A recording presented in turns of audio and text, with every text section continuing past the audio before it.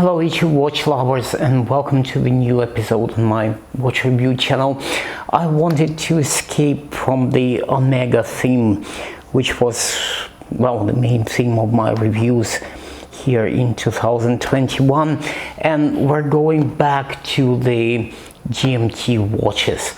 So we'll start with a small updates on the existing watch, the Tudor Black Bay GMT, which I've shown you previously, the Pepsi GMT watch, which I really like, and I don't feel that I need another Pepsi watch, not just now, but I will also show you the update on the Grail, on the watch that I would like to have in my collection eventually.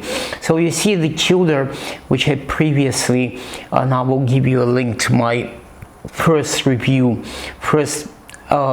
attempt to compare the Tudor GMT with the Rolex. I present you the watch on the rubber strap.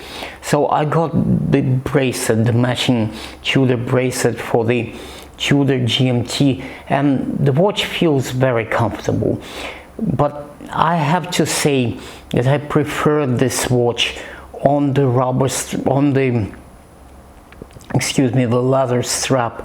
Was more vintagey, more warm. I don't know, I prefer my Tudors on leather straps, and now I can say I have an option of the bracelet and I choose it on a rubber strap, but here it is on the bracelet.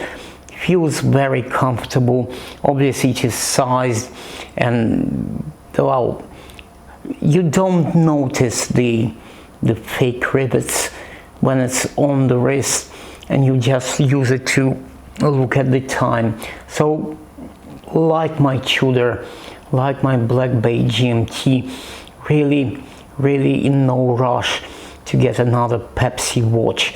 But here is an update on the Grail, because I didn't expect how different the Rolex BLNR,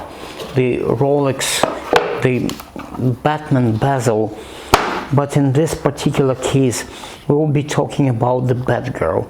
I didn't expect how good this watch would feel on the wrist, how immediately different this would be to the Pepsi GMT.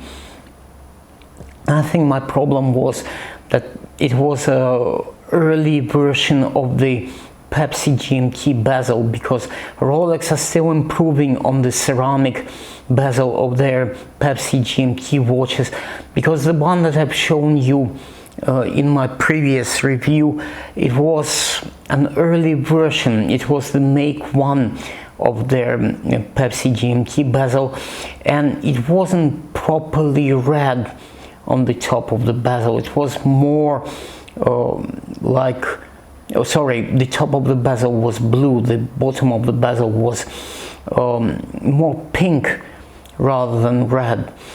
I have to say that the black and blue colors immediately strike a match with me, and I think that this watch, I'll get rid of the box in a moment, I'll just put the Batgirl on my wrist. So I think that away with the box, just to keep the watch in front of you. So the Batgirl, I still prefer the GMT watch on the Jubilee bracelet. I understand that many people prefer these watches on the Oyster bracelet, but for me, I don't have a single watch on the Jubilee bracelet, so let the GMT watches to stay more dressier, more, well, it's a very nice Jubilee bracelet. Just the match of the colors, the black and the blue, look amazing, and I didn't realize, I didn't think myself that I will have such a big preference for the Bad Girl over the Pepsi watch. So once again, lots of reflections coming off from the Rolexes. They don't use quite as much anti-reflective coating as the Omegas, and well, this is just specifics of the watches. I really like the way the Bad Girl sits on the wrist, the way it feels on the wrist. If not this Rolex is becoming these overpriced, overhyped luxury watches, I don't like what is happening to the prices on the gray market. So the situation is that it is unrealistic to expect the ADs to come up with an offer for you these days. I'm just not spending enough money, well, in general, with the jewelers to be on the waiting list. They closed the waiting list, so now in the United Kingdom the only option is to pay, well, I think it's slightly over £13,000, and this is too much for a single watch in my mind. For this level of money, I would be looking to buy probably a new Breitling hand-wound Geograph, for example. I think Breitling have done extremely well with their watches. So to tell you the truth, I would want to have the Bad Girl, to add the Bad Girl to my collection. Just slightly too expensive for me at the moment to even consider buying it from the watch dealerships. The prices are between £13,000 and £13,500, which is a little bit too much for a single watch, when you can have this for less than £3,000. Really the Tudor wins in every respect. It's a gorgeous watch. It's a great watch, which I prefer in my collection to a Rolex.